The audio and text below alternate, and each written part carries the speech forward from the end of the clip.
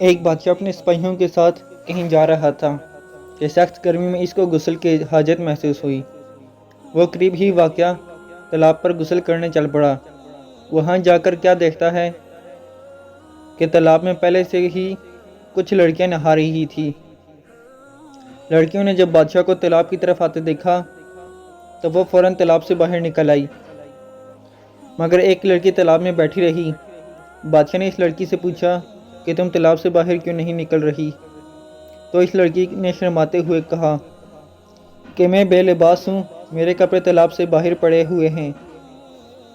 لڑکی کے منہ سے یہ بات سن کر بادشاہ کی شیطانی ہوس جاگ اٹھی۔ اس نے لڑکی سے کہا کہ میں بادشاہ ہونے کے ناطے تم کو حکم دیتا ہوں کہ بنا لباس کے ہی میرے سامنے تالاب سے باہر نکل آؤ، میں تم کو ایسے ہی دیکھنا چاہتا ہوں۔ لڑکی بادشاہ کا حکم سن کر پریشان ہو گئی۔ بادشاہ نے غور کیا تو معلوم ہوا کہ یہ لڑکی جو تالاب میں نہا رہی ہے سب لڑکیوں سے زیادہ خوبصورت بھی یہی ہے۔ بادشاہ نے لڑکی سے کہا کہ تم میرے سامنے بنا لباس کے پانی سے باہر آؤ، اگر تم مجھے پسند آ گئی تو میں تم کو محل میں لے جاؤں گا اور اپنی کنیز بنا لوں گا۔ لڑکی نے جب دیکھا کہ بادشاہ کسی صورت جان چھوڑنے پر تیار نہیں ہے تو اس نے کہا کہ بادشاہ سلامت، آپ کے لیے تو میرا سب کچھ حاضر ہے، لیکن میرے سامنے چونکہ میری سہیلیاں بھی ہیں اور آپ کے سپاہی بھی مجھے بنا لباس دیکھ لیں گے تو میں بادشاہ سلامت کے قابل کیسے رہوں گی؟ اگر آپ آج مجھے جانے دیں تو میں کل خود ہی آپ کے دربار میں حاضر ہو جاؤں گی۔ لڑکی کی بات بادشاہ کے دل کو جا لگی اور وہ سپاہیوں کو لے کر واپس چلا گیا۔ اگلے دن بادشاہ بےتابی سے اس کا انتظار کرتا رہا، لیکن وہ دربار میں نہ آئی تو بادشاہ نے سپاہیوں کو بھیجا کہ اس لڑکی کے گھر کا پتہ کرو اور اس کو میرا پیغام دو کہ بادشاہ دربار میں تم کو بلا رہا ہے۔ سپاہی چلے گئے اور واپس آ کر بتایا کہ وہ سونار کی بیٹی ہے اور ہم آپ کا پیغام باپ بیٹی دونوں تک پہنچا آئے ہیں۔ بادشاہ اس دن بھی انتظار کرتا رہا لیکن وہ لڑکی نہ آئی۔ بادشاہ کو سخت غصہ آیا، اس کی بے چینی اور حاصل کرنے کی طلب بڑھتی جا رہی تھی۔ اگلے دن بادشاہ نے سپاہیوں کو حکم دیا کہ جاؤ اور دونوں باپ بیٹی کو گرفتار کر کے میرے سامنے پیش کرو۔ سپاہی فوراً روانہ ہوئے اور سونار کے گھر جا پہنچے، مگر آگے سے دروازے پر تالا لگا ہوا تھا۔ سپاہیوں نے بتایا کہ وہ تو کل رات سے ہی گھر چھوڑ کر چلے گئے ہیں۔ جب اس بات کا علم بادشاہ کو ہوا تو وہ غصے سے پاگل ہو گیا۔ اس نے سپاہیوں کو ہر جگہ دوڑایا مگر اس لڑکی اور اس کے باپ کا کچھ پتہ نہیں چلا۔ پھر بادشاہ نے سلطنت میں اعلان کروا دیا کہ جو کوئی سونار اور اس کی بیٹی کا پتہ بتائے گا اس کو 1 کلو سونا انعام میں دیا جائے گا۔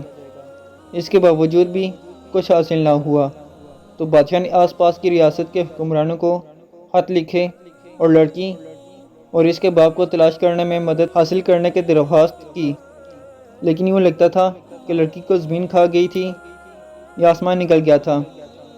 ایک رات بادشاہ سویا تو اس کو خواب میں دریا کے کنارے ایک جھونپڑی نظر آئی۔ بادشاہ جھونپڑی کو دیکھ کر حیران ہوتا ہے کہ اس ویرانے میں کس نے جھونپڑی ڈالی ہے۔ جب وہ چلتا چلتا اس جھونپڑی کے اندر داخل ہوا تو اس کو ایک داڑھی والا بزرگ نظر آیا۔ اس بزرگ کے ساتھ ہی ایک لڑکی بھی بیٹھی ہوئی تھی۔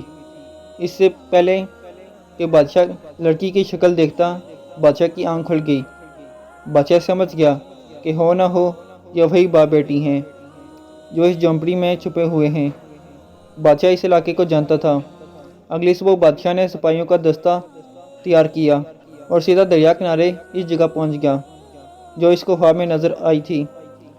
وہاں پر جھونپڑی بھی موجود تھی۔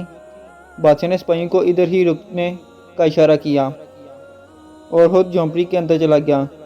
وہاں کیا دیکھتا ہے، ایک کمزور سی بیمار دکھنے والی لڑکی سو رہی ہے اور ایک داڑھی والا بوڑھا انسان پاس ہی جائے نماز پر بیٹھا دعا کر رہا ہے کہ اے پالنے والے رب، ہم کب تک ظالم بادشاہ سے چھپتے رہیں گے جو چند لمحوں کے لطف کی خاطر میری معصوم بچی کی عزت برباد کرنا چاہتا ہے۔ بادشاہ فوراً جان گیا کہ یہ وہی لڑکی ہے جس کو تلاش کرتا ہوا وہ یہاں تک آیا ہے، لیکن اب وہ کمزور اور بیمار نظر آ رہی تھی اور اس کے بوڑھے باپ کے دکھی الفاظ سن کر بادشاہ خود پر قابو نہ رکھ پایا اور اس بوڑھے کے پاس ہی بیٹھ کر رو کر اس سے معافی مانگنے لگا کہ میری وجہ سے آپ پر اتنی تکلیفیں آئی ہیں۔ اس کے بعد بادشاہ نے پورے اعزاز اور عزت کے ساتھ لڑکی اور اس کے باپ کو دربار میں بلایا اور لڑکی کے باپ سے درخواست کی کہ اگر آپ اجازت دیں تو میں آپ کی بیٹی سے نکاح کر کے اس کو اپنی بیوی بنانا چاہتا ہوں۔ بوڑھے سونار نے اپنی بیٹی کی رضامندی جاننے کے بعد اس کی شادی بادشاہ سے کر دی اور یوں بادشاہ نے اس لڑکی کو اپنی بیوی بنا کر اس کے ساتھ خوشگوار زندگی بسر کرنا شروع کر دی۔